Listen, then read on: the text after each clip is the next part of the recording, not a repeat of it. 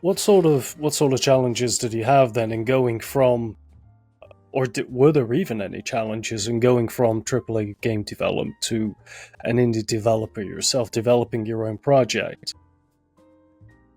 I guess learning all the things that you don't know about. Like I knew how to make like very very very rough 3D models, but I never like actually had I never made actual ones that were functioning, like with animation and that kind of stuff. Make them also optimized because of what happens, especially in the end of Threshold, with a lot of skeletal meshes at the same time, and it was a bit of a technical challenge. So I had to tackle that well. But I used the method that I think works fairly well.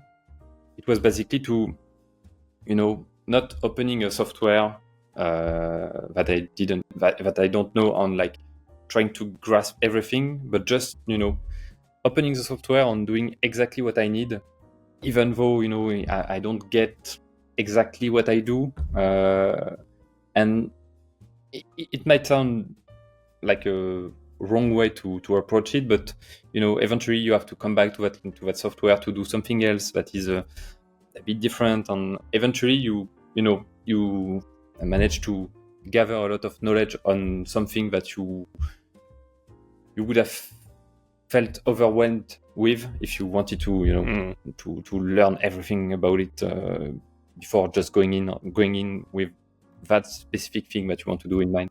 I'm not sure it's understandable what I No, it's understandable. Do you think you'd ever go back to AAA development? Maybe, yeah.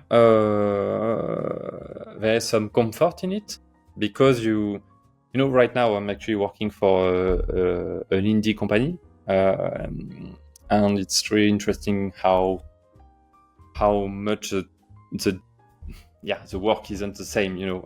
It feels like when I was working for AAA, I had some time to slack, basically, to slack off. Like to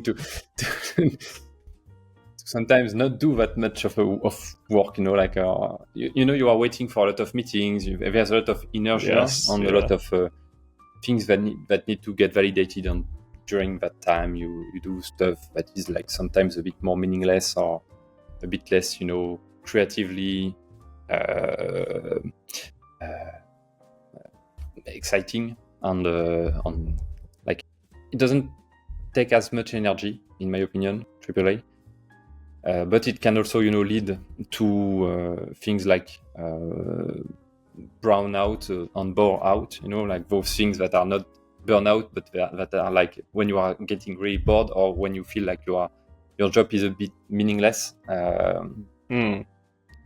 And these actually are also powerful negative things that can happen quite easily in the AAA world, I guess. Yeah. Is there anything kind of comforting about taking on the pressure for yourself when you're working for yourself? Because like you may have to do all the work, but you're kind of like completely able to manage it all, Yeah, that's actually not really comfortable at all. It felt like I mean the whole Threshold development was kind of cool for that, because I felt like I don't have financial pressure because I'm working at Crytek like for the day, and at night I'm developing Threshold. So basically, I don't have money to money isn't a problem, and it was like a big plus, because usually when you are an indie dev, you are struggling to find cash to survive, and if you don't have that pressure, you can be very true to what you want to make, even though you don't have to care about sales at all, and that's a great thing. You don't have to compromise that much. You can go, just all in, basically, with your vision. And the problem with that I guess, is like the release, because you are like almost alone, because I had my publisher, but you are like mostly alone to face the wave of whatever comes in your way. And the Threshold launch was a bit rocky because there was a lot of like instability on some soft blockers.